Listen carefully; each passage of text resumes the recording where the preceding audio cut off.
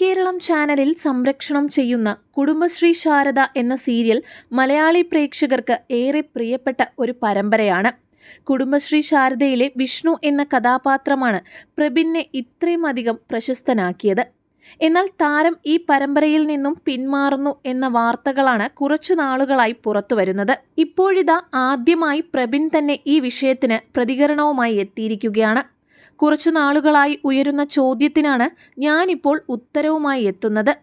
കുടുംബശ്രീ ശാരദയിലെ വിഷ്ണു എന്ന കഥാപാത്രം ഇത്രയും ഹിറ്റാവാൻ സഹായിച്ചത് നിങ്ങൾ ഓരോരുത്തരും തന്ന സപ്പോർട്ട് കൊണ്ടാണ്.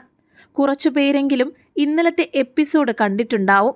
നാളെ സംരക്ഷണം ചെയ്യാനിരിക്കുന്ന എപ്പിസോഡ് കൂടി ഞാനിനി വിഷ്ണുവായി നിങ്ങളുടെ മുന്നിലെത്തില്ല. അതായത് നാളെയാണ് എൻ്റെ ഈ സീരിയലിൻ്റെ ലാസ്റ്റ് എപ്പിസോഡ്. ഇത് പെട്ടെന്നെടുത്ത തീരുമാനമല്ല. 2024 തന്നെ ഈ തീരുമാനമെടുത്തതാണ്. തികച്ചും വ്യക്തിപരമായിട്ടെടുത്ത തീരുമാനമാണിത്. ഇത്രയും നാൾ നിങ്ങൾ എനിക്ക് തന്ന സ്നേഹം വലുതാണ്.